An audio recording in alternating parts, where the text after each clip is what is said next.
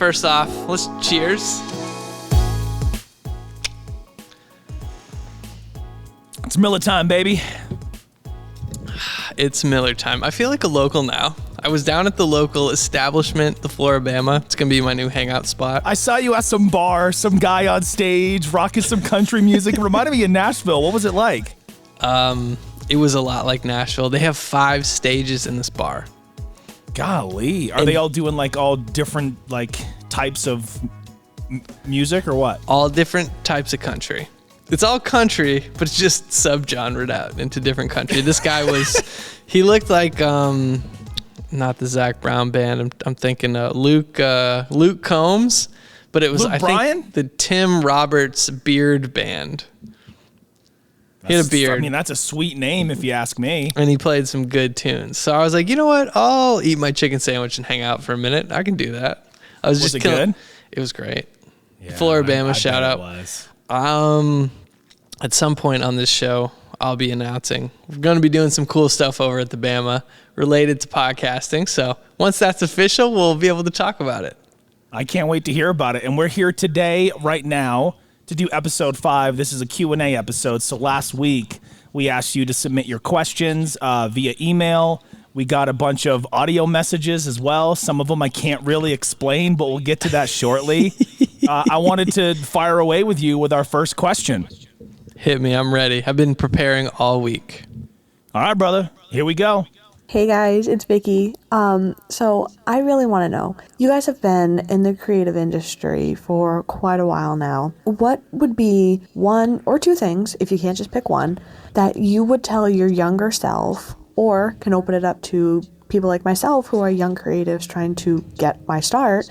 What's a piece of advice that you could tell your younger self knowing what you do now? I'm going to let you take that one first. That's a really good question. Yeah, Vicky, thank you for that. Let's go. We're up to a start here, bro. Vicky Green. That's a really good question.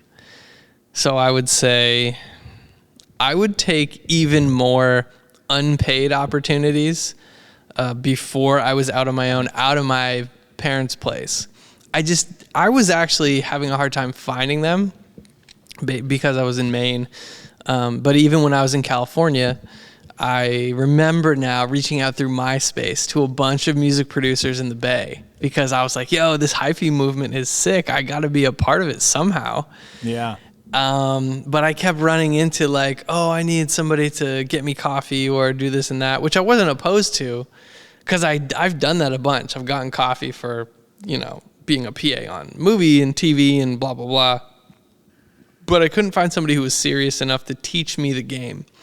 Because what usually comes along with doing free work is you will get mentored. So if I'm going to get you coffee all the time, hopefully I'm going to drive you somewhere. Let's say I pick you up from your house and go to the office, and that's like a 30, 40-minute drive. And I just ask questions and pick your brain and absorb. So everybody starting out in creative, you got to find someone and get proximity to the person in charge. Or that person that's doing something. Like if somebody came to you and said, I want to learn radio, they would be like, yo, I'll shadow you. I'll do whatever you need me to do. What's all the annoying stuff that you don't like doing because you've been in the industry for like a decade? I'll do that, but just teach me stuff. And not just expect you to know what to teach them, but I should be there asking you questions and just being a pest, being really annoying. You should be a pest to someone. Because if they actually love what they do, they'll answer your questions. Oh, yeah. They will do it. So I would have taken more of those chances and opportunities than I did. Even though I took a lot of them, I would take more. That's my answer. Okay. I really like what you said, especially about the finding like a mentor thing. My approach would be very, very similar, and it's something that I actually executed myself, is you want to find somebody in your field, hopefully in your town, that's doing exactly what you want to be doing. And you want to go to that person and, hey, what can I do for you so I can learn from you? It's that same thing, just pester them with questions and all that kind of stuff. And I was actually able to get that out of Rob Steele, somebody I listened to my entire life growing up in Portland, Maine. Shout out to Steelsy one time. and he took me under his wing, and I'm sure I was annoying as all hell for him sometimes. But yeah, I learned, I learned so much from him. I even learned a lot of things that I probably shouldn't have. Some of them feel a little bit illegal, but I learned so much from him, for good or for bad, and I was able to carry that with me. So one of the first pieces I would say to a new creator, or even to go back to, myself, would be do that same exact thing. The other part that I would say is be patient and be consistent, because you and I both know we live in like a very much like instant gratification world. Like we'll immediately post something and then a minute and a half later we're swiping up and down so it'll refresh. How many people liked it? How many people commented? And then you're like, you just get some spam message and you're like, damn it, why are people, So yeah, I would say be patient. Absolutely be patient and be consistent in what you're doing every single day, because only you can master your craft, Do it every single day. So yeah, Vicky, thanks a ton for the question. That was a good one. Yeah. Also, you got to use your social media. Like Instagram for me is a business card now. I haven't had a business card in a while. And that you got to just put everything you do, if it's digital, if it's creative, just send it. Like I always say, during the week, just post and ghost. You get the clip from the show, just post it. Don't look at it. Just put it up there, because the more stuff you have, if you have a chance encounter with somebody like me or JR, and we see it, and we see, oh, you're prolific. You have 20 posts of good stuff. There's a better chance we're going to talk to you about being a mentee and doing that whole routine. Yeah, and there's kind of two sides to that, because you can be very much post and ghost, and I can kind of be the person that will obsess over how something is performing per se, or hey, just when we were talking the other day and I'm cutting up clips from episode 4, hey, I'm thinking about exporting these like this, and should I have captions, or do you think it should be any? You're like, just do it, just toss it out there and then forget about it, and that's really good advice to take. It's a lot harder to apply it, because I kind of like to kind of try to control things all the time. So yeah, that advice you just gave to Vicky is advice that I need to learn how to take better. So you're always trying to get better. You're always trying to follow your own advice, and sometimes that can be the hardest thing to do. That old expression, and I used to hear this from my PD in Nashville a lot. It would be, do as I say, not as I do. That's rampant. It's everywhere. Yeah. Dude, I like the Q&A episode. We should do this every 5 episodes. Hey, if we make it that far, let's do it. We're going to jump into our next one here. This comes from Chris in Westbrook, Maine. Shout out to the look. It's Chris from the Brook. Hot damn. All right, never mind. Here's a question for you. What would be your Mount Rushmore for wrestling? Could be anybody from any era. Oh, man, that's a loaded question, bro. You're answering that. I'm not even touching that. All right. Man, that's the big debate within the internet wrestling community. It's, who's in your Mount Rushmore? Who are your top? It's 4, right? Or is it 5? Mount Rushmore is 4. Okay. You can have one honorable mention.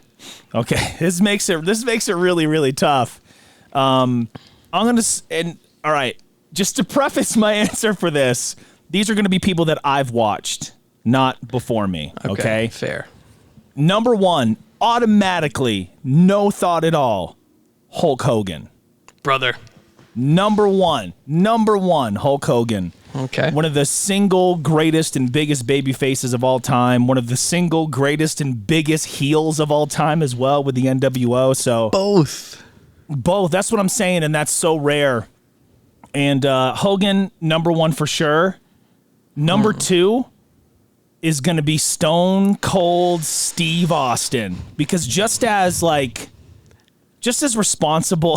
Hell yeah, crack brother. Open to Steve Weiser, Hell brother. yeah, brother. Just as responsible as Hogan was for the big boom in the 80s wrestling and into the 90s, Stone Cold saved it in the late 90s and took it to heights that have just never had been seen before that. And now these last two spots is where it gets super, super tricky because I love myself, The Undertaker, and I know you do too, right? I love HBK. I love Bret Hart. I love The Rock, of course. Man, it gets super dicey here because it's honestly it's a pick'em. Who are you gonna leave on the bench? Yeah, and I'm just gonna go with my gut here. You got Ric Flair too. You know, Woo! Jeez, man. So, but again, growing up in New England, I was more exposed to WWE. So, my next two on my Mount Rushmore, and this is going to exclude Vince McMahon, of course, because he's the puppet master of the whole thing. It's going to be the Heartbreak Kid, Shawn Michaels. Man. And this one might surprise some people. Number 4, I'm going to go with Bret the Hitman Hart.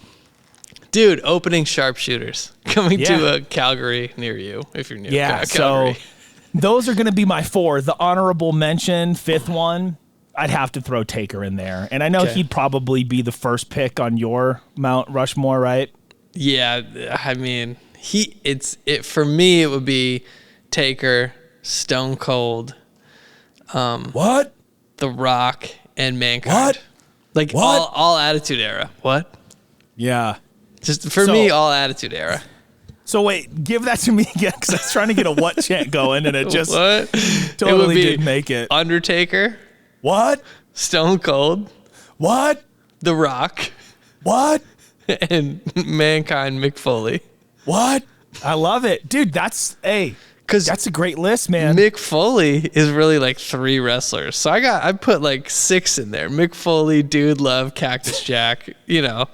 Do you remember when he showed up and what was it, like the 98 Rumble is 3 different characters and he still didn't win? He's still like, yeah, you had 3 chances, bro. That's a shame, dude.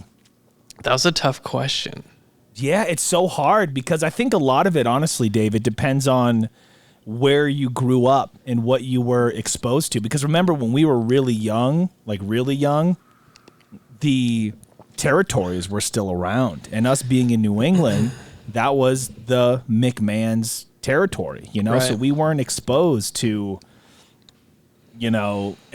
Crockett down in the Carolinas, the Mid-South region, Texas, the Mid-South region, you know? Cowboy Bob Orton. So many different territories. So we didn't get to see Reeser. I wish we could have, man. But we did get to see him on Cheap Seats years later. Reeser, that's my name. But Chris, thanks a ton for the question. Chris, he's a huge wrestling fan, just like me. We talk at different points throughout the week. And he's always showing me his like growing collection of action figures and different kind of stuff. And so, yeah, big thank you to Chris for that question. We're going to jump into our next one. Let's do it. Once upon a time, I had a pretty big wrestling figure collection. What I need to know, what happened to all of them and why don't I have them? Okay, well, I think they went to Joe. No. Because I was like, hey, bro, I just, here you go. I don't want these anymore. You just handed them over. You didn't sell them or? I just handed them over. It was a proximity thing, bro. If you were there, I'd have been like, here you go, bro. Like, they're yours. Now, what age did this happen where you kind of like fell out of it from being, because you were kind of a super fan like I was. I just never stopped. What age was that? You and Joe got me into it. Really? Yeah. Yeah. See, I thought you and him were buddies and that you were both wrestling fans. Well, I didn't know that. I only watched it because he watched it. And because I was like, I don't really know about wrestling. Honestly, at first I was like, my first question, is this fake? Right. Obviously, first question. I played sports, so I'm like, okay, well, is this like regular sports? And then he explained it. I was like, oh, okay, so like it's real, but it's scripted, or I got it.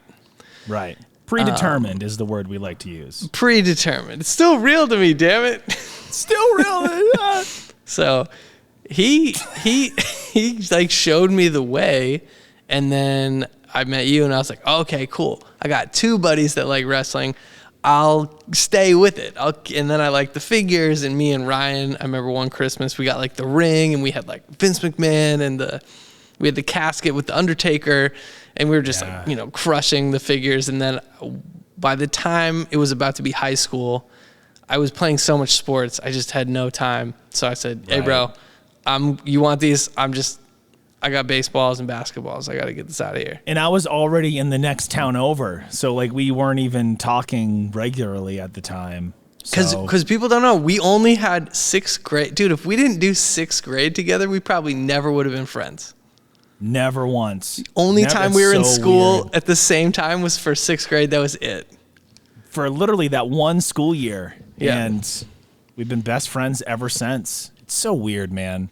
Yeah. But I am pissed a little bit that you didn't go out of your way to try to find me, to try to give those to me, and that you gave them to Joe. But you know what?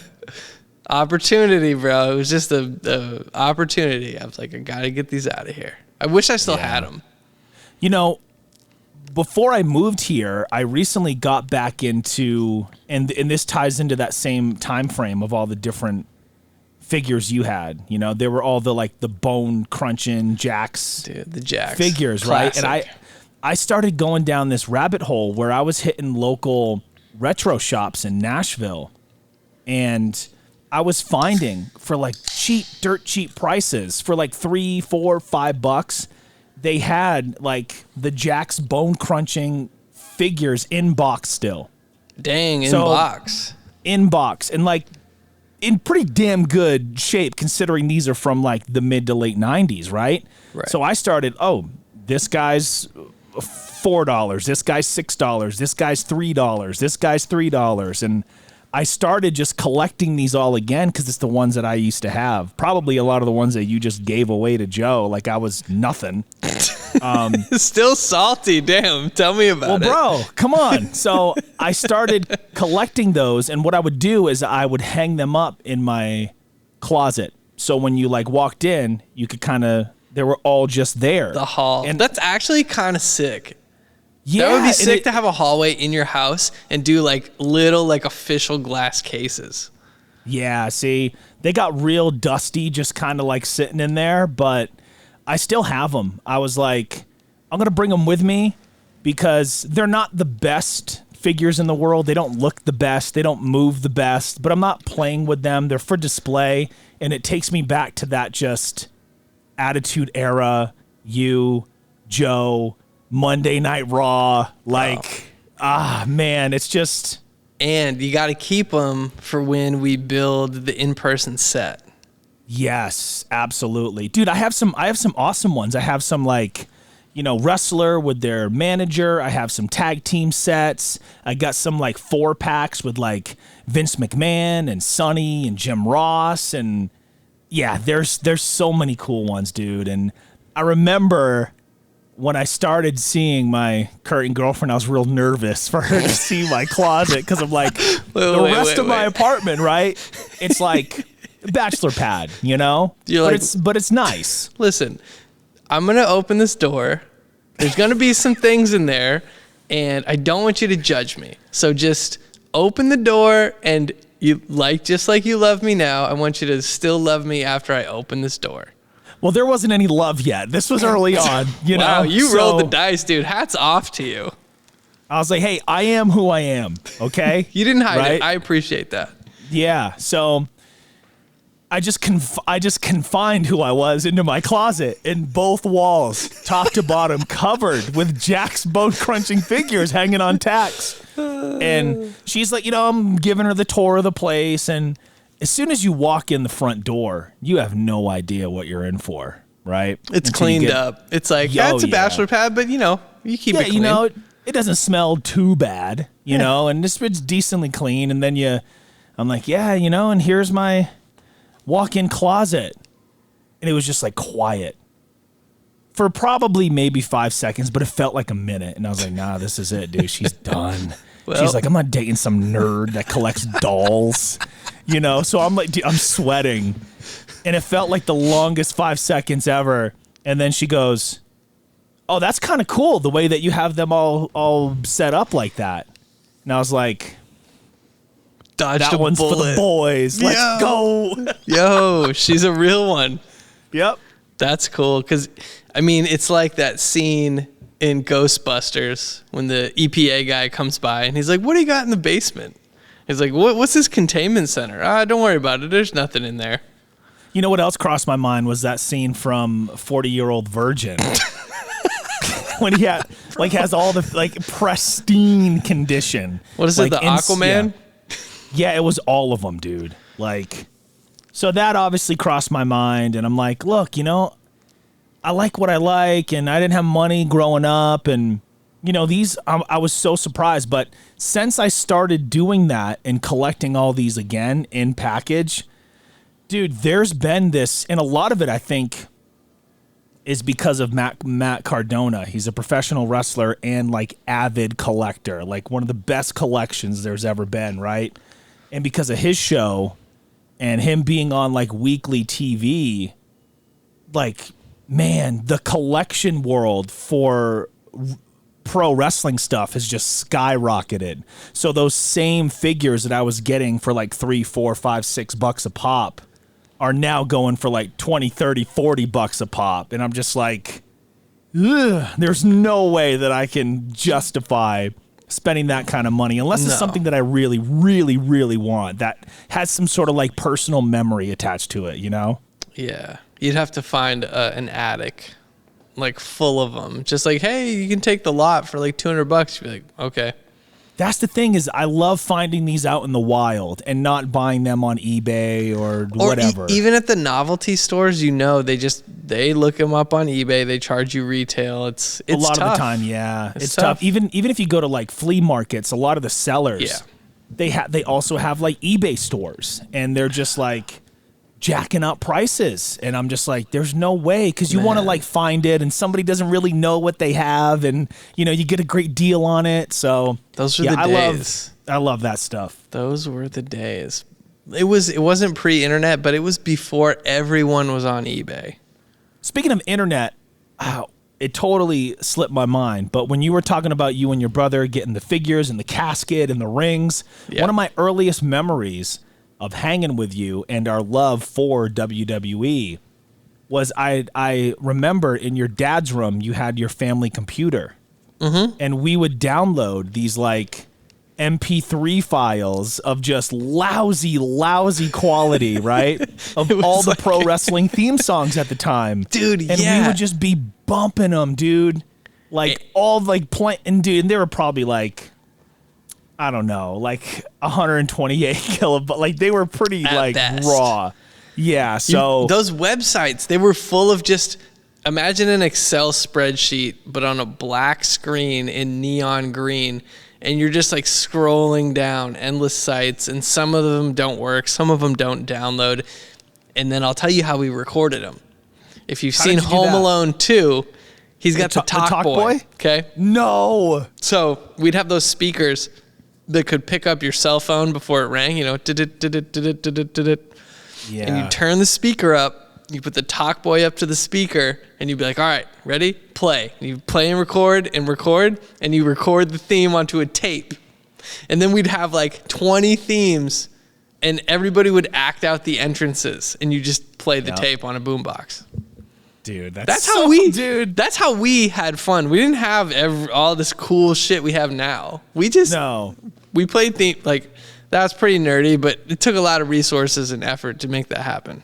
Yeah, and you made it happen. And that just real quick reminds me of, and a lot of people might not know this, but Dave was a musician as well. And that reminds me of when we recorded our first ever song together. Dude. Think about just the technology to be able to do that. It was essentially playing a tape on a boombox and hitting record at the same time and dubbing yourself into it. When we were 12. Think about that. We recorded downtown, the place where I always hang around at night, down low, Grand Central Underground. Hanging with my G's in the town. And then we would just loop it. Yep. And that was to Mac 10 Backyard Boogie. So if you know Mac 10 Backyard Boogie, we grabbed the instrumental. We probably got it from Tim, I think. No, 100% we did, yeah. Because he had that 100 disc changer. I was like, there's got to be some heat in there. Absolutely. We had that, and that was me and JR's first song. Man, crazy times. All right, moving on. Next question. This comes from a TikTok follower of mine. He's been listening to my show for a while. Shout out You to don't stop. Daniel. If you could control what music they play on Hits 95.7, what would be the first 3 songs you play? If I could control the music that played on Hits 95.7, what would be the first 3 songs that I would play? Dave, that's a tough one because you know as well as I do, I'm a sucker for straight down the middle pop music. I love the Dua Lipas, the Ava Maxes, the Ariana Grandes, the Taylor Swifts, but man, if I could pick any 3 songs, I don't know, that's tough, you know, because it's like, am I playing these songs for me? Or am I playing these songs to try to retain an audience? It's just, you're in charge. I'm in charge around here. I would just play your 3 songs. Right. We'll do Around the World. Yeah. We'll do Father's Eyes, and we'll do Make It Pop. Done. There you go. There it is. Selfish. All right, Dave, if you could control my show for a night, what would be the first 3 songs that you would want to play? And Downtown is an acceptable answer. Okay, I would put Downtown in there. I would put The Takeover, which is the Dope beat. That's like the first professional sounding track that you and me recorded together. Yeah, that was the first time that was the second time we had ever made music together, period, because we did Downtown, but then nothing after that for years. Yeah. So that was probably like a 7 or 8 year gap. Yeah, because that was 2007. And then I would play Sweet Home Alabama, Roll Tide. Why not? All right, next question comes from Kat in Nashville. Hey, JR, couple of questions for you. First, what is the most rewarding part of being a DJ? Also, what is the one thing you miss most about living in Nashville, or what is the one thing you'd recommend doing while in Nashville? I actually just thought of another question after playing back my own voice message. Do you ever secretly judge your own voice after hearing yourself played back? I feel like I sound like a completely different person. Kat coming in with the heat, bro. Wow, great stuff, Kat. I had to write this down as it was happening. The most rewarding thing about DJing, for me, it's a simple answer. It's being able to take the audience just higher and higher and higher and higher and just keep building up that excitement and that thrill and, you know, any problems that they might be having, you know, baby daddy problems or, you know, the boss is being a jerk. When you're at that event, you're with me. The most rewarding thing is being able to make the audience feel that way. Because once you can get them to that point, you can feel it yourself. And bro, like it will have you at such a high just because you have them at such a high that once you leave and get home the next day, dude, I can get really, really depressed because of the crash, you know? Yeah, that dopamine crash must be something else. Yeah, you know, and I obviously don't do drugs. I don't drink, so this is like the ultimate natural high, and then coming down from it is always really tough. But that's probably the most rewarding thing about being a DJ is being able to make people feel good. Yeah. What do I miss about Nashville? Everything. Well, such a great city. I remember living there with you for 6 months. I had a great time there. You know what's so weird? Today, what popped up as we're recording this on my Facebook memories, it was you had just moved into your office in Germantown. Germantown. Man, I love that office. You had just got the keys. Yeah. So, damn. Man, yeah, I miss a lot about Nashville. I miss the food. I miss the people. I miss the folks that I worked with. I miss Hot for sure. There's something about Nashville. It's definitely a very big city, but it feels like it's a small town. And I think that's the best of both worlds, man. It's special for sure. I miss that. As cliche as it is, it's that, you know, Southern charm, that Southern comfort, that Southern hospitality. It's very, very real.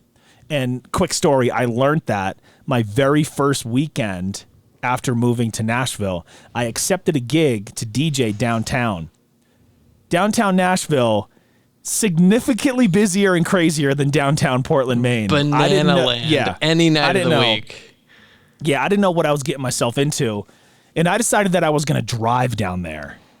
Mind you, I hadn't even been driving for a year yet when I moved there, right? Damn, that's right, dude. I didn't realize that. So I get down there and I'm trying to find a spot to park, you know? Park your car, bro. Park your car, Bob. And I find this lot and I'm in my sister's car because I didn't have one yet. I just got down there. It was my first weekend there after you left. And I'm like, okay, I'm calling the DJ company that I'm working with, and I'm calling the promoter, and I'm late, and I can't find out where I'm going, and I don't know where to park. So I finally find this lot, and it must have been 7-8 blocks away, and I'm already late for the gig. And you're freaking out. Dude, I'm having a full out anxiety attack. I wanted to be screw this. I'm out. I'm done DJing. I'm over it. But you stuck with it, bro. Yeah, well, I wanted to try to be tough, but on the inside, bro, I was cracking, you know? But you went through with it. Here's where it all flipped for me. And this is one of the things that I miss about Nashville the most. Is there I am walking out of this parking garage holding I got my decks, right? And I got my bag on. That's all I needed. And I'm about to walk 8 blocks, and I'm just it was written all over my face how stressed out I was.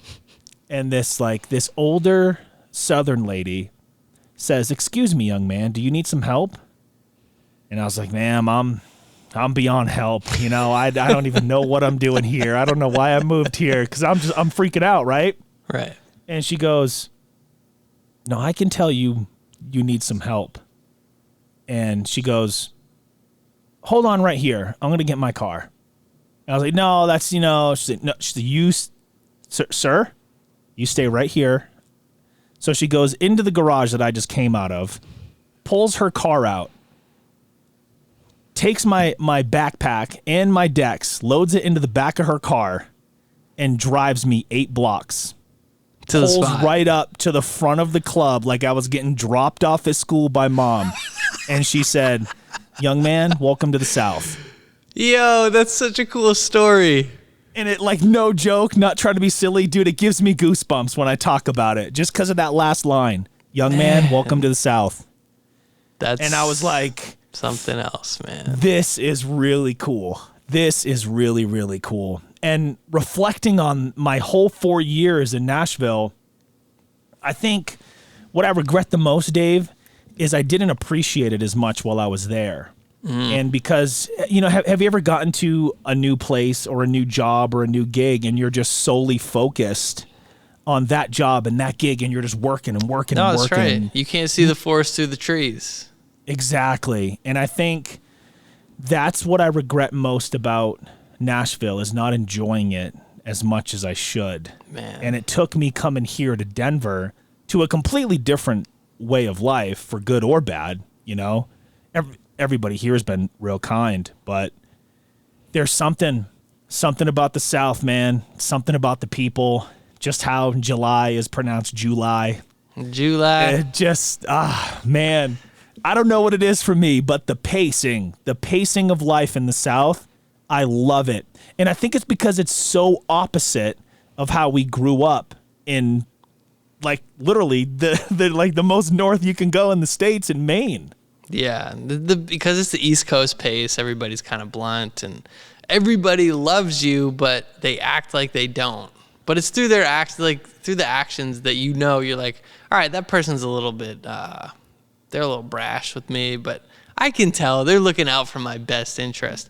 I'm down in the South now, man, and I don't want to leave. I haven't even been here a full week, and I'm settling. So you come on down anytime. Come on down, and I'll be like, "Hey, son, welcome back to the South. Come on, get in the car." Crying, "Why did you have to bring it?"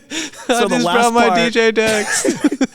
The last part of Kat's question, which was the funniest part. So can I try to play that again for us? Play it again if you play it back. Let me see if I can find the spot.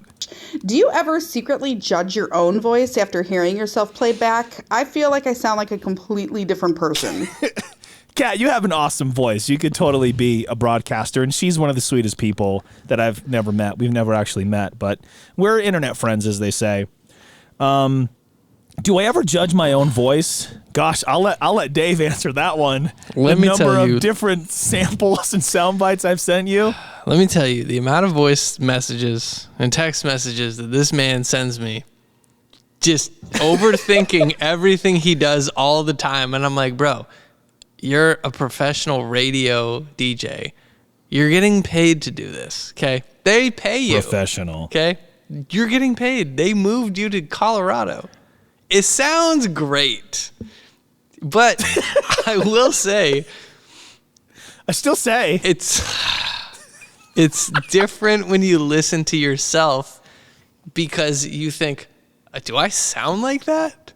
Yeah. This is why I say Post and Ghost. Don't listen to yourself. Just let it go out there. It's for other people to listen to anyway. Now, I know you and me have to watch the episode back to make edits. That probably drives you crazy. Yeah, I've never been critical about like the tone and the tenor of my voice. I've obviously been self-conscious about my speech altogether since I was a kid, but I don't know. I can often drive myself crazy with the sonics of it.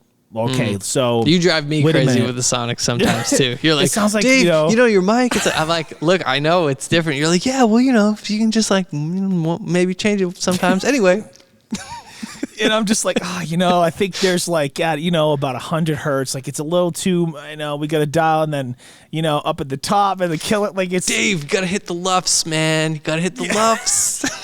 Well, that's been good advice for you. You can admit that. That has been the best advice for me. Yeah. Everything I've done is better. Yeah, I think everyone's real critical, like my voice is what, earns me a living. So if I didn't care about it, I probably wouldn't be where I am, but that's true. That's a good point.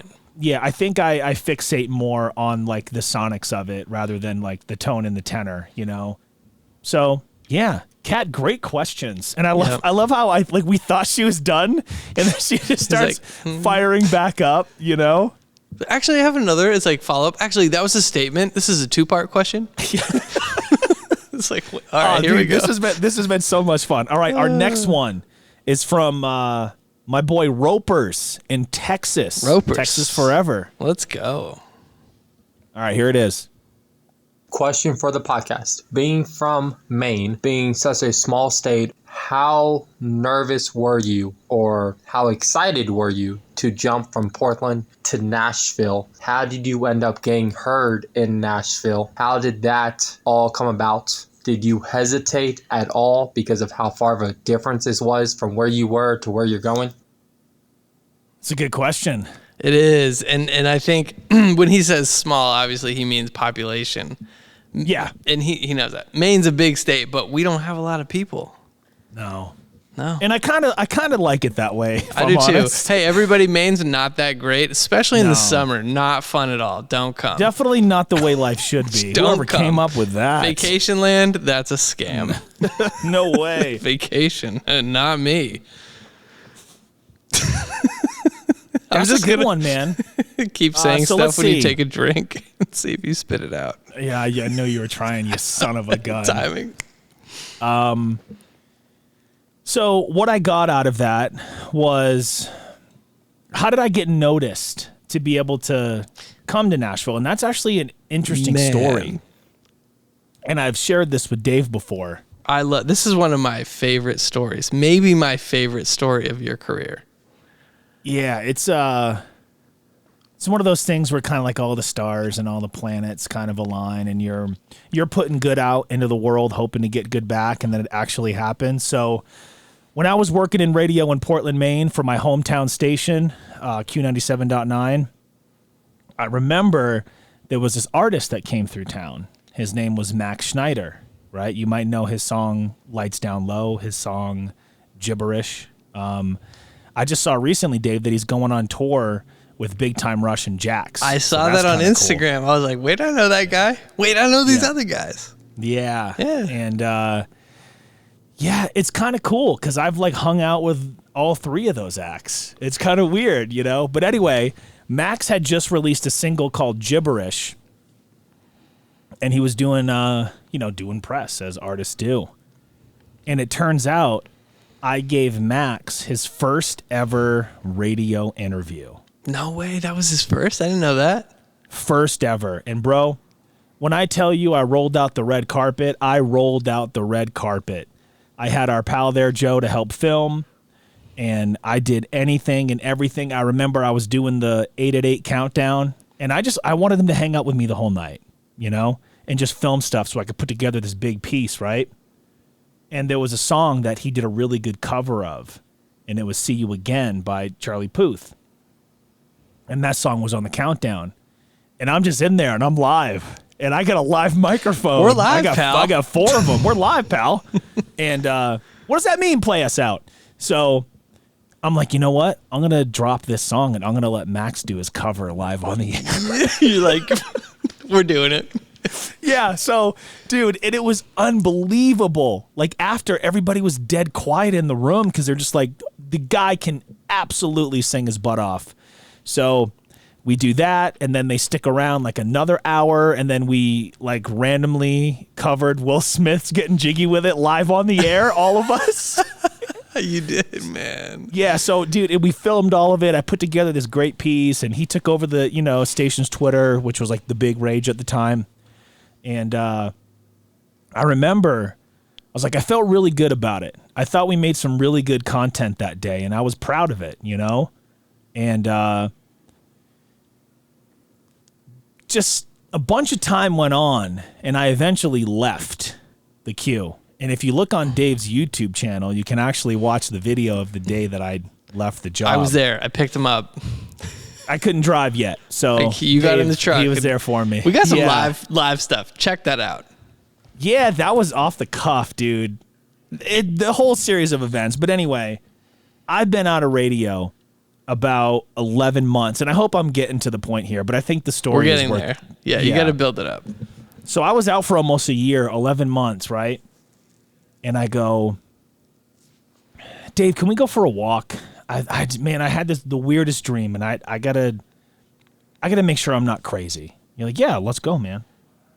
So we walked down to the waterfall over in Stroudwater, which is just the most peaceful place, isn't it? It is in the world to me. You can walk from my dad's house. It's like a block away, and you have this beautiful waterfall. Yeah, it's so awesome, dude.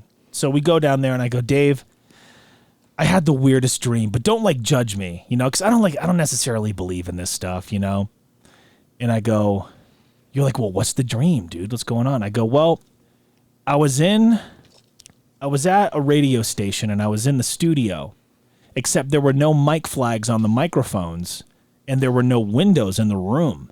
So I didn't know what station I was on or even what city that I was in. But I woke up, and I realized that I have to get back into broadcasting. I have to get back into radio. It's my calling. It's my passion. It's what I want to do the rest of my life.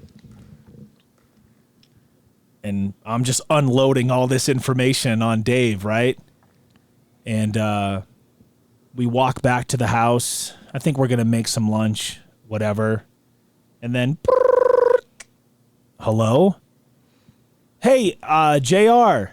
This is Eric with Crush Music. I met you with Max. Oh, yeah, dude, what's up? I didn't expect this phone call, right? And he goes, hey, I ran into a program director in Nashville. His name's Joe Breezy, and I told him, you're the guy for him to do nights. I told him he has to get you out of Portland. Can you get, are you within a contract right now? I said, well, no, man. I've been out for almost a year now. He's like, well, hey, he's gonna be calling you soon. The very next day, I get a call from Joe Breezy, and we start the interview process for me to, hopefully get a job there as the night show host. And you got to think and put this into perspective, Dave. Coming as a kid from a small town like Portland, Maine, I was absolutely petrified to leave. I had tried once before. I lived remember. out in NorCal with you for like 6 months. Didn't make it. At that point I wasn't ready to be out of the the nest, so to speak. I was kind of always on my own, but at least I was in my town. But yeah, I get the call from him, and things are moving along. Well, we'd love to fly you out, so you can meet the team, and we can feel you out a little bit more. And what's so weird, Dave, is I was recently transferring a bunch of footage onto my new Mr. White drive. Mr. White, we gotta cook. And I have all of those phone calls, and I have that entire first trip on film. I remember. You told me that. The very beginning of it, you bring me to the airport. I remember that. And I go, do you have any final words for me?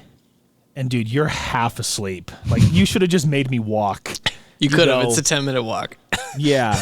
If I can find if I had the clip right here, I would play it for you. But you say something like, dude, you already know what to do. You've been doing this. You're born to do this. You're a given entertainer. Just go out there and be you. And I was like, all right, here I go. Now, where this story gets weird is I show up and I go into the studio, right? And there's no graphics on the mic flags. And then I look around in the building, and we're in the basement, and there's no windows on the walls. And this was the exact room that was in my dream. The exact room. Everything was laid out the same. The walls were the same color. There was a closet off to the right. It was the weirdest thing, dude. Like, it freaks me out today because I don't know, man. I cannot explain it. And I got offered the contract on the spot. And on the spot. How long were you there before they offered you the contract? Well, it was the first day that I went and met with them. And I remember I walked into the studio, and they had up on the board on the TV, I-1067 welcomes JR. I was like, oh, this is so cool. We want JR. We want JR. And then, of course, I would be the one making those for when we had acts come in. But it was a nice touch, Yeah. And, personalized. And then he goes, we've never done this quickly before, but we're prepared to make you an offer. And, dude, I immediately just got scared. I got scared because I was like, at that point, my sister was living down there, and she was not in her best state of mind at that point in her life. So I remember going back to her place with that contract in my hand, and I sat down on the edge of the bed where I was staying in the room because I was there for like 3 days, and I just started crying. I lost it, dude. I called everybody. I called Max. I called you. I called Rob. Because it was real. And now suddenly it was completely up to me to decide my fate. Yeah. Because like, you don't have that dream. You don't have that talk at the waterfall and then immediately get that phone call and then get the other one dude. That happened real fast. Yeah, it was so weird, dude. It's unexplainable is what it is. Yeah. And eventually because I looked around at how my sister was living at the time, and I was like, no, if I come here, this is where I'm going to have to stay until I get my own place, and this is going to be my reality, and I don't want that. This stresses me out. This reminds me of how it was growing up, Yeah. But I toughed it out and accepted the deal, and you and me packed up all my stuff, and this is why you've always been my best friend. You drove me from Portland, Maine to Nashville, Tennessee. I want to let everybody know, just for the record, that Jeff drove us to the Massachusetts border. You got to give me a little credit here. And remember, new driver, it's pouring rain. We're driving a giant budget U-Haul truck, like the big one, not the little like van or little thing. and your eyesight is still not the best, and you're like, you know what, Suspect. bro, I gotta Yeah. pull over. So, but from Massachusetts to Nashville, we took that sucker down. I think we stopped one time in Kentucky to sleep, and that was it. That was it, man, and we made it. And, All your stuff in the back of the truck. Yeah, so to answer Roper's question, how did Nashville hear about me? It was because I took a lot of pride in what I did, and I made a great impression on a person who managed this artist that I rolled out the carpet for, who would eventually, I would come to find out he had been pitching me to PDs for a year. This and then goes finally, one stuck. This goes to show, and we talk about this a lot, you never know who you're talking to, and you never know who they know. So you should always be kind to everyone you interact with, no matter how they treat you, right? Even if you're like, I'm not sure, they were kind of weird with me, they were mean, or maybe you just thought they were mean. Just treat everybody with kindness, because good stuff like this will happen to you, and it will just, the universe will start working on it for you without you doing anything except that one time Max showed up, you were like, you know what, I'm going to show him the best day, the best time, he's going to be comfortable. And so then he said, oh, my bar now is JR treating me like this. If people treat me less than, I'm going to think they're not professional. That's what got you the work. Yeah, it was trying to be a pro, taking pride in what I do, and somebody bumped into somebody who eventually was looking for so it's like it's this old thing. It's like, well, you know what they always say is you can't get there from here, and I know that was a Spo song, dope track. Can't get there from here, bub.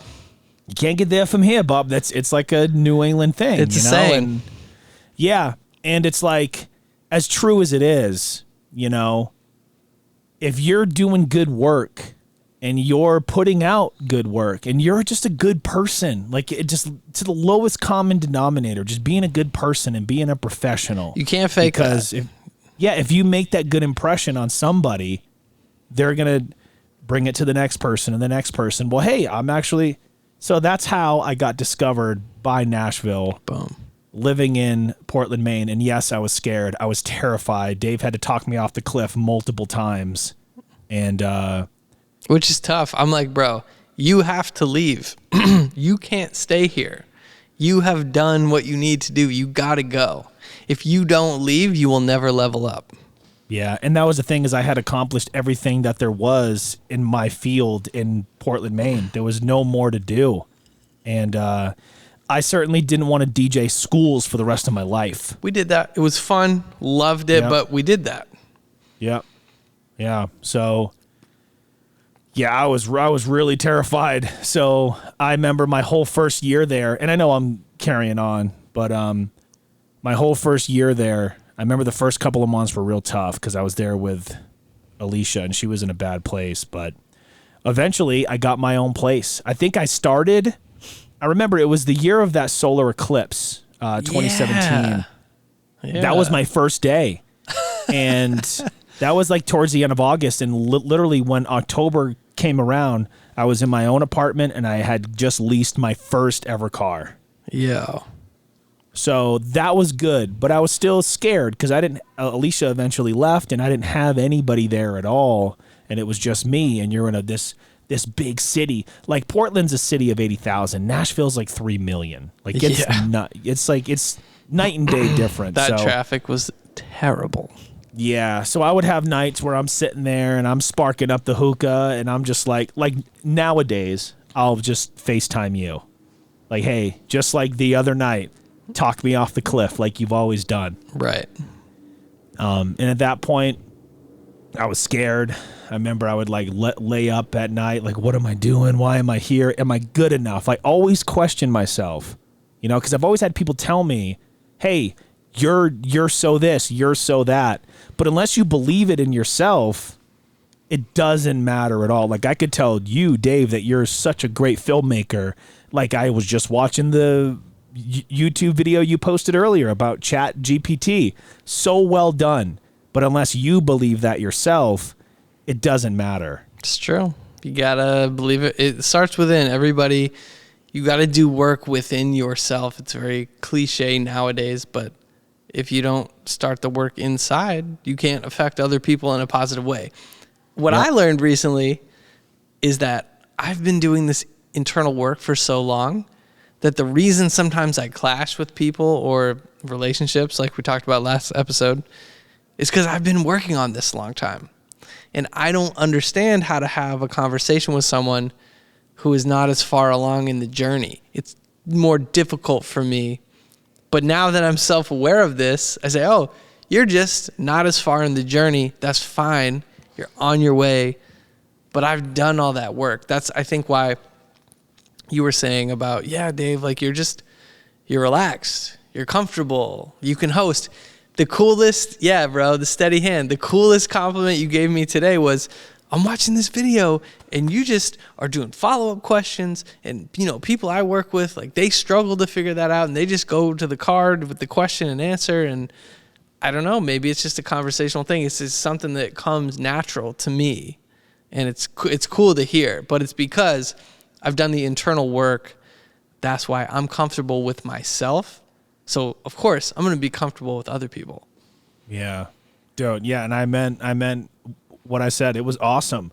I was like this, cause you think of doing an interview and that's kind of intimidating, but if you think of just make it a conversation, just hang out, just shoot the breeze. If you tell me something about one thing, hey, tell me a little bit more about that. How did that make you feel? When did this happen? So there's so many different ways to go rather than just, okay, when's the last time you had a one-night stand? Okay, what did you have for breakfast? Yeah, but... You know what it is? You know what it is, bro? Most people stop listening at some point in the conversation.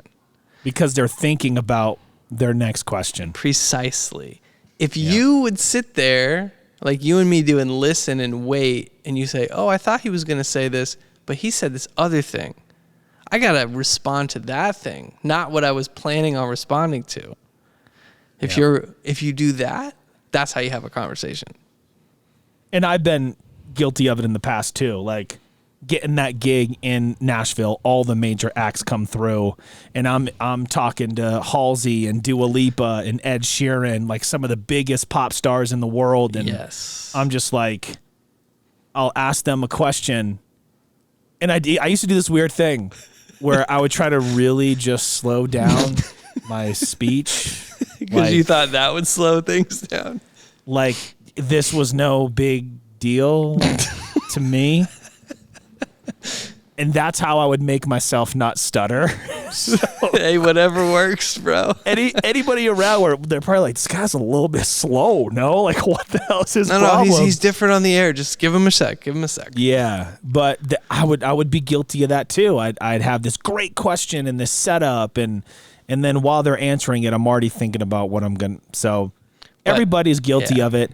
I think to be a better interviewer... right? Or a conversationalist. Yes. That's even a word. It is. You got to listen more than you speak. You do. And when it's really tough? When you're on a first date and you're like, I got to keep this going.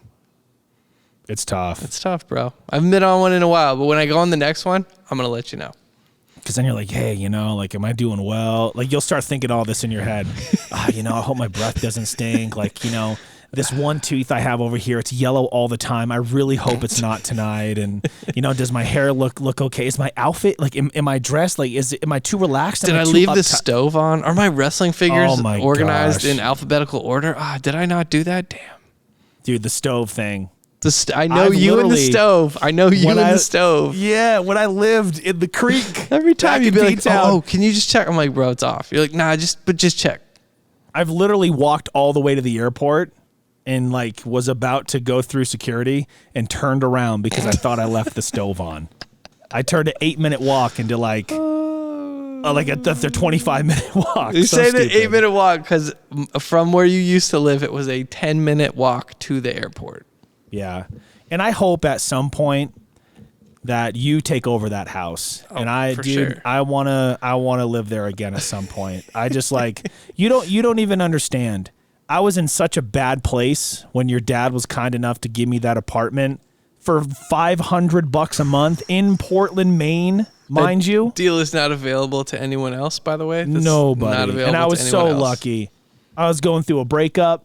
It let me get my stuff together. I was getting paid crap from my first radio job, if I was getting paid at all. And it really helped me have my own space, my own mind, my own just my own area. Like your it domain. Helped me. It helped me so much. Yeah. But anyway, I was rambling on about that. That was one, the but story. Ropers, we wanted to question. tell that story, and you sparked it because you and me talk about that all the time. Yeah. All right, our next one. I don't know the name, but this is from the Virgin Islands. Yeah, man. Here we go. Yo, JR, man, this island boy Yola from the U.S. Virgin Islands, man, and I really want to know, when you get a hit single, should you go to the DJ directly to push the single, or should you go to the radio station owners? So basically, should I come straight to the DJ, make a relationship with y'all to get it on iHeartRadio pushing, or do I go to the radio station owners? Basically, just want to go about that. That's a good question. What you talked about sounds like payola, and I would get fired for that, accepting goods or money or services for airplay. This is a question that I actually get a lot, Dave, and I'm just the face and the voice of the station. I do not make the calls of what we play. That's all done by the music director and the program director. And believe it or not, there's a crazy arithmetic to it. I can't even begin to wrap my head around it. So if you want to get discovered by radio and you want radio play, I've always been a believer in, if you have enough buzz on the internet, in your town, streams, Shazams, requests even, which is still actually a thing, we'll find it. We will find it. I can't tell you how many songs kind of bubble up on social media and then they cross over to radio and their lives change overnight. Yeah, I mean, if you can crank that Soldier Boy, you internet phenomenon, dude. Yep. That's the thing. We'll find it. We will find it. So it's like you can submit your music, because I used to be on that side of the fence before I got into broadcasting. That's right. I'm like, how can I get radio play? Because it's still the coolest thing in the world to me. And every artist can remember the first time they heard their song on the air. I even have some of those experiences filmed, and maybe we'll share them on a future episode. Those are some cool videos. Yeah. Although I will say, the coolest time hearing your song was definitely at the club. You know what I'm talking about, babe. I know. I'm just going to say that, dude. You're like, all right, then Dutchwood. I don't know what was cooler, me and Hazard. I don't know what he was more excited about, hearing our song on the radio for the first time in the Friday Night Street Party, or when I got it played at the gentleman's establishment. That was the best, I've never seen him smile that hard, dude. So big. I mean, you got to think, I'm in a place I want to be. I'm hearing my song. Is this real life? This is a party. This is a party. It was the coolest feeling in the world. Hazard would always say, oh my God. Oh my God. Yeah. Yeah. But that's the thing. It's like you can make a relationship with the DJs there, but it's not up to us. You can make a relationship with the PD and the music director, but they have a strict arithmetic and everybody answers to somebody. So all in all, I would say we'll find it. Let's see here. Another question, speaking of Hazard, this one's from him. Yes, Hazard. And it's for us both. Okay. Monday Night Football? How did he know, dude? That was perfect timing. Oh my God. Can you explain Monday Night to the Football? listeners? Yeah. Okay. So I guess at this point, we're going to let the cat out of the bag. If me or Hazard or JR, and I think I've told my buddy Ed, one other person, if somebody, one of y'all texts me Monday Night Football with a question mark and an exclamation point, then we're going to the club. We're going to the gentleman's club. And by the way, it doesn't have to be Monday. It can be any day. Yeah. It's it just could be code for a Wednesday night. Yeah. Let's go to the strip club. Yep. but it's in code. So if our ladies see it, we might be. My girlfriend doesn't listen to this, so we'll be fine. But it's code for they're watching football. Wait, it's Wednesday. Yeah, I guess they're just rewatching Wednesday, the game. my dudes. Yeah, it could be any that's day. Such a good one. It'll take them forever. By the time they figure it out, it'll be Monday again. You'll say, well, that was for this Monday, obviously. Yeah, I'm getting together with the boys and we're watching football. We just wanted to. Can I have my time? We wanted to plan it on a Wednesday ahead of time, like, smart guys. Yeah. But that's what that means, so. Yeah. It's the best code ever.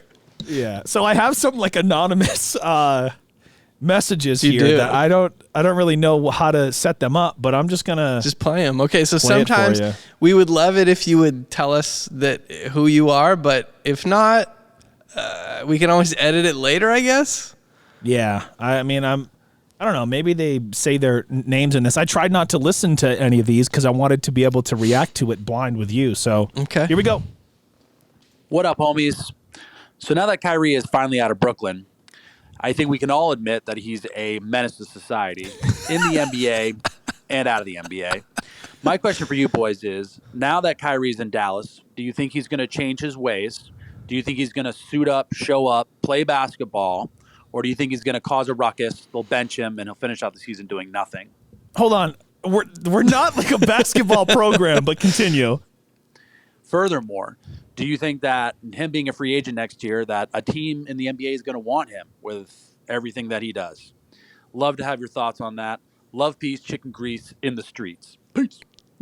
All right. So this is from John Shea. John Shea, what up?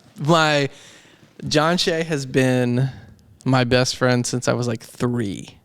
Wow. Quick story about me and John, and people might feel a certain way about this. So John and Sarah, his fiance, they're getting married soon. I'm very excited for him. But once upon a time, when we were probably about 8, 9 years old, we asked his mom, "Hey, so who gets married?" The topic of marriage came up, and she was like, "Well, 2 best friends get married." And we looked at each other like, "Oh, so we should get married because we're best friends." And she was like, "Well, kind of." We're like, "All right, cool. So we'll just get married." So the running joke our whole life has been, "Hey, bro, you always got me. We can always get married." Oh, come on. That's too good, man. So if I get a chance at his wedding to say something, that is 100% the story I'm going to tell. Yes, you got to be like, I thought it'd be me sitting in that chair next to you right now. But you know what? As mad as I am, I guess I got to give it to you. That's so funny. You earned dude. the spot. 3 years old, man. Yeah, 3 since we were tiny.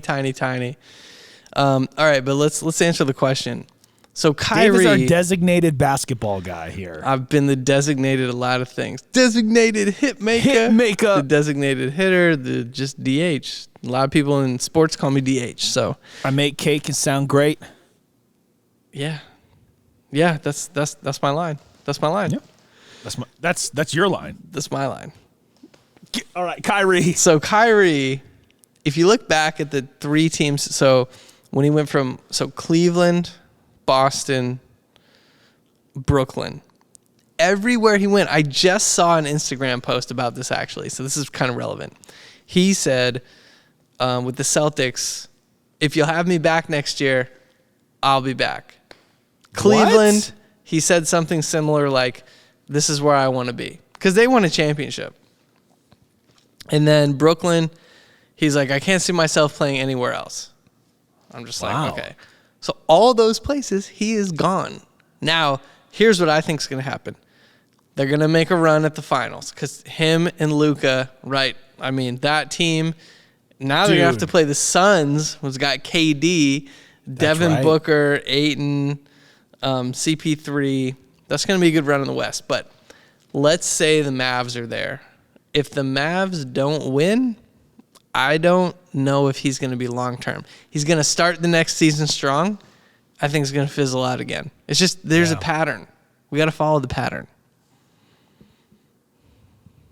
Yeah, I don't know too much about today's NBA. But, dude, I mean, I've seen a bunch of his, like, I don't know, press conferences, and it seems like reporters are always trying to get him to say some stuff to, like, get himself mixed up. Always. But maybe a little bit of it's self-induced. I don't know. I think some of it is, like, dude, you went to Duke for a little while. I feel like that should have prepared you to, you can have whatever opinion you want. I'm not saying change your opinion, but I'm saying have some tact. Understand how to strategize with the media. All they're trying to do is bait you. Yep. That's their job. You know that. So, but as far as basketball, guys, incredible. He can handle the ball like nobody else.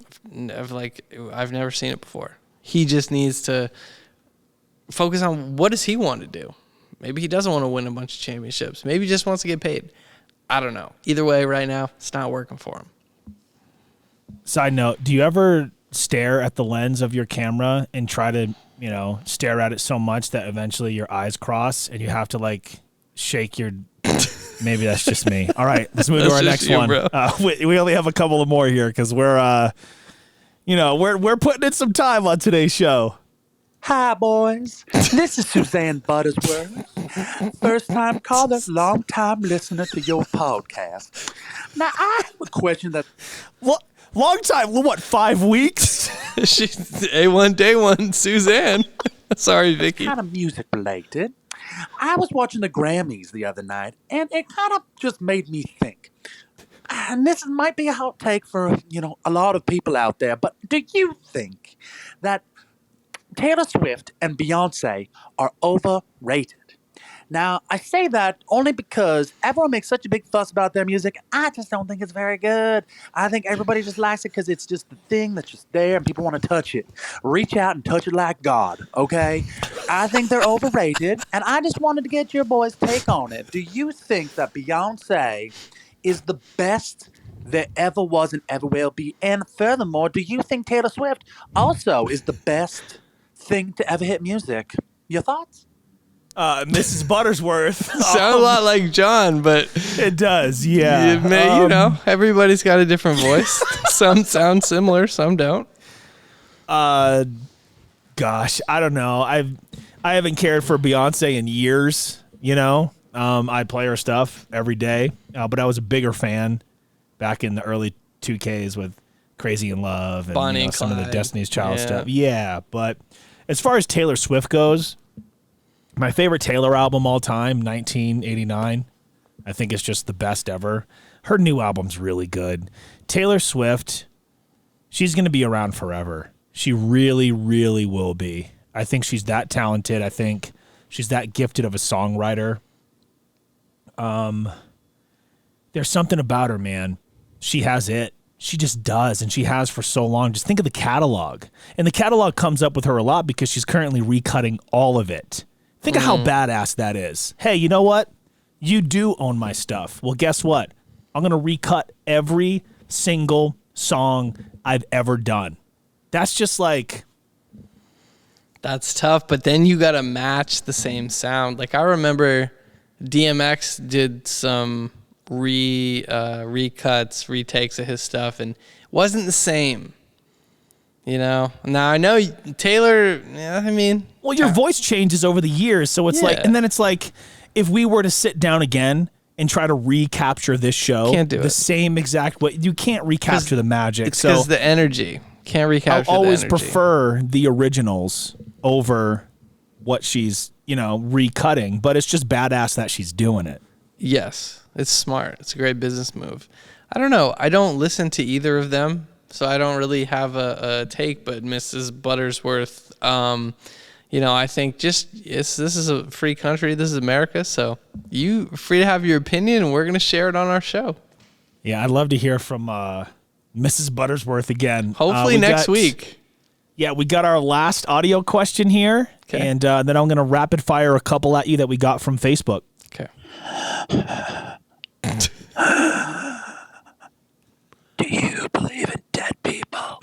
Like ghosts? Do you guys believe in ghosts? Thanks, bye.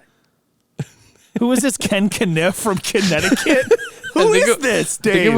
I think it was Bruce Willis from The Sixth Sense. Or Hasselhoff from The Floor. This Jeez, cheeseburger man. tastes great. Do I believe in ghosts? I believe in energy. Yes. I believe in spirits. Yes. I believe in ghosts. Yes. I believe my entire move here, my Nana was with me, my guardian angel. I definitely believe in that stuff. And we were talking earlier about me living in the creek.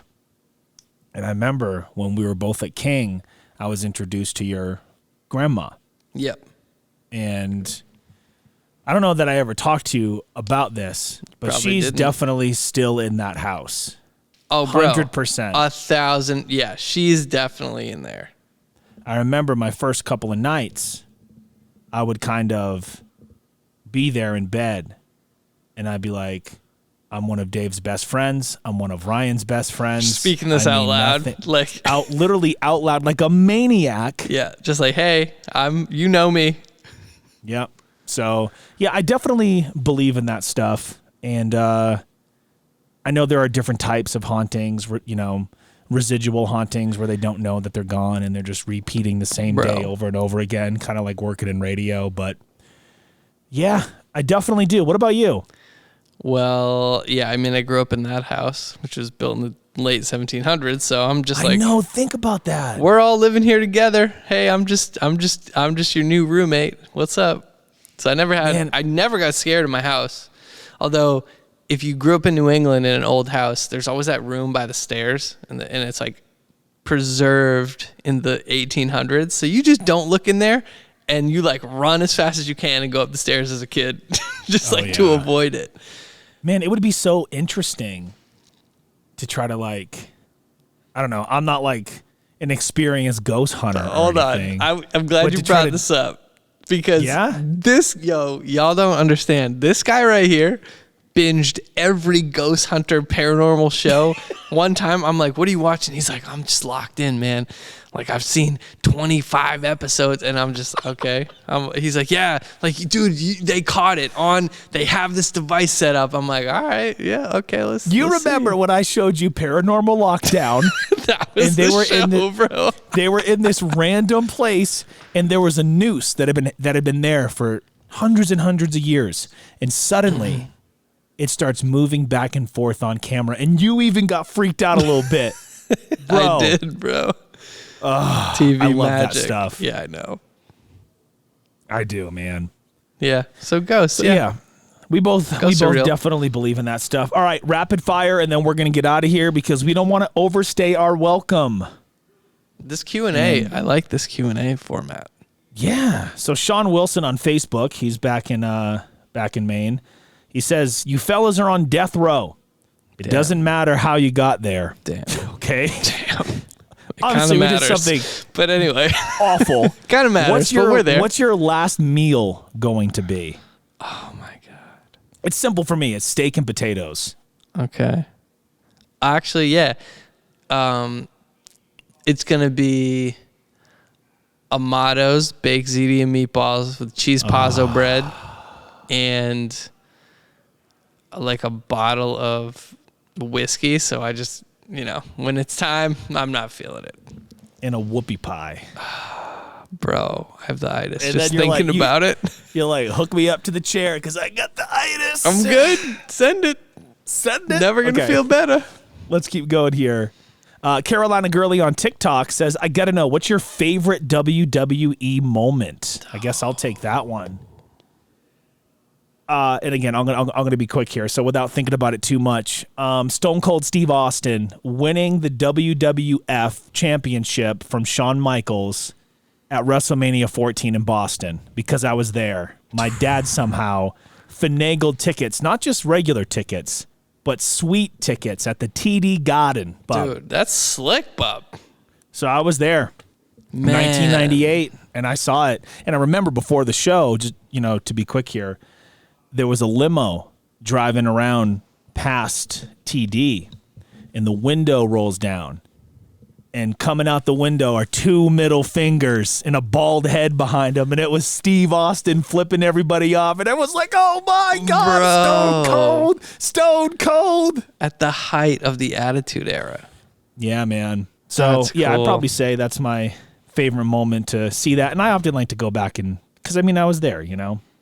My favorite see moment here. from TV was... Wait, you have one? Yeah.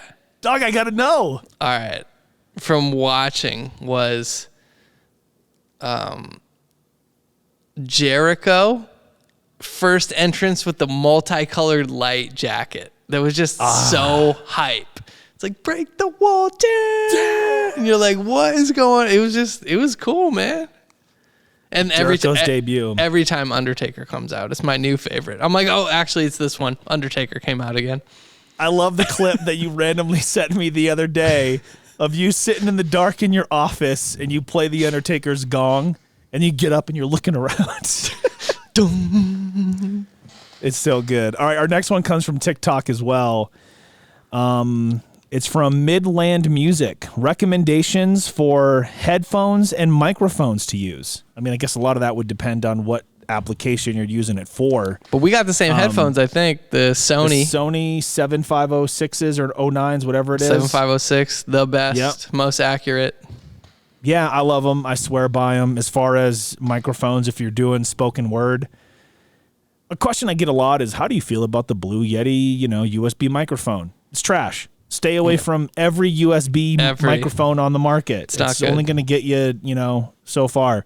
The Electro Voice RE20. It's the best microphone there's ever been in broadcasting. It's been around for over 50 years. It's tried and true and tested, just like America. That's how you cut a promo. What about you? I invested in the Shure MV7s, but I love the Shure SM7Bs. Those are the ones I really like to use. I got one here that I'm going to have to mail to you. It's the Shure SM7. That's right. Yeah, you were telling me about that. Yeah, but I'm really curious to get the Electro Voice, the one you got, so we can match perfect. Yeah, this is to me, like I literally am like, I'm planning to get this tattooed on me somewhere. I like it. I swear by it. Yeah. Okay. All right. Well, that's a good, yeah. Moving on here. Trans Gamer Live.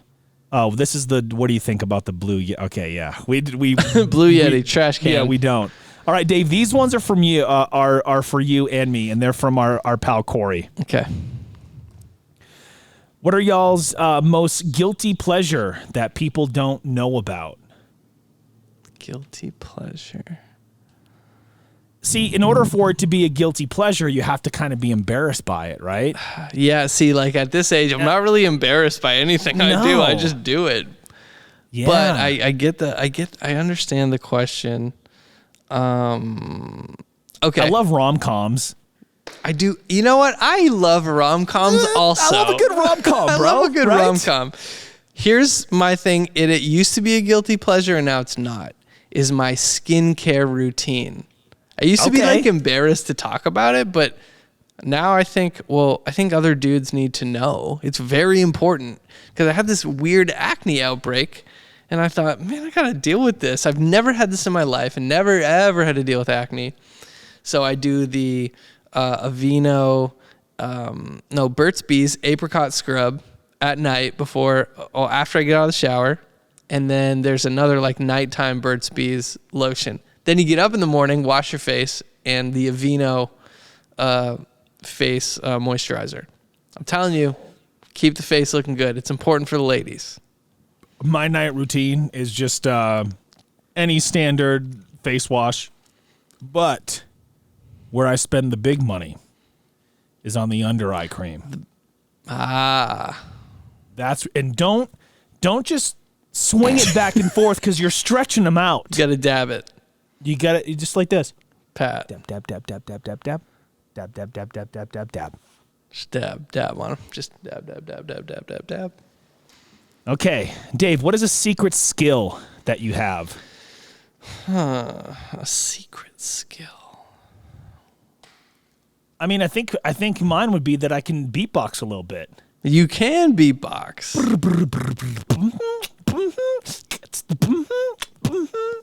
Yo, let's go. Come on, hey, no, come on. You remember that video? You remember the video of the guy that's doing the Rozelle? The French guy. Those are so good. Yeah. And he just crushes it. Yeah. My secret skill. Man, I don't know. You can cook breakfast really good, man. Actually, yeah. I don't think a lot of people know I'm a good cook. You are. Yeah, people don't realize it because people don't get to experience it. Look, that's my PSA. Ladies, I'm a great cook. So it's just something I add to the equation. Just consider it. Yep. Dude, no, you can. Like, some of the best breakfast I've ever had is with you. Let's see. Favorite action films of all time. Just to be quick, anything from Arnold, anything from Van Damme, anything from The Rock. I'll keep it to one. Okay. Terminator 2. T2. Fantastic film. Can't beat it. I'll say me and Ryan have a Christmas tradition. We watch all the Die Hard movies. That's pretty cool. Yeah, it's fun. We like that. Top 5 craziest moments of your young adult life. Jeez, man, that's a whole I don't want to share episode. any of those. I don't want to share any of those. Yeah, a lot of that stuff would have put me in jail, Corey. So As we're gonna Drew Rosenhaus to say next question. Yeah, the last one: musical highlights in life. So I'm assuming that's, what's the highlight of the time that I've made music? And I'd say it has to be performing at the State Theater in front of 1,000 people. Dude. Yeah, that was. That night didn't happen without problems. I technically wasn't supposed to do my second song, but I kind of looked over, and I looked over at Rob, and he was on my decks, and I was like, just keep going. He's like, yeah. So we did the next Run it song. back. Yeah. Other than that, probably performing at the Port City Music Hall in front of 600-700 people. That was some of the best stuff. So my favorite music moment was with you, and we have a couple clips of it. We DJ'd at Dr. Shane's frat house after I was done with college. You were living with me, and there was like 1,300 people in the backyard at this frat party. We're DJing on this plastic Hercules DJ deck, USB plugged into my old MacBook, and rocking the party. yeah, dude, that was some of the most fun. That's when I genuinely fell in love with DJing, and it wouldn't be until a few years later that I would actually get into it. Because that was, 2009? That was probably 2009, 2010. Right. Dude, that was such an epic time. Man, I remember there was some 6-foot blonde. Party, that rock, was there. rock. Yeah, and I was like, I can't remember her name, but I was smitten. You're like, it's not Paris Hilton, but okay. Well, dude, the 6-foot blondes just grow on trees out there in California. They're all playing volleyball. Do you have time for, let's see, I don't know, 2, 3 more? Let's go. Okay, really, really quickly here. Frank Driscoll on TikTok. If you graduated more than a year ago with a broadcasting degree, is it too late to get into the business? I'd say 2 things. No, it's never too late to start something that you're passionate about. And 2, I didn't go to school for this. So asking me questions about college and degrees, that's more Dave's field. Degrees, how many degrees is it? Yeah, I think for me, it is the most saturated time to get into content creation. I graduated in 2009 with a film and media degree. But if you're good at what you do, you should actually embrace the saturation period, because that just means most people are going to fall away as you keep going. Right. That's, perfectly said. Our last one, what got you both inspired to jump into the media world? And that's by Demon on Instagram. Demonoid? Yeah. Demonoid? Bro, come on. That was a setup. Come on, bro.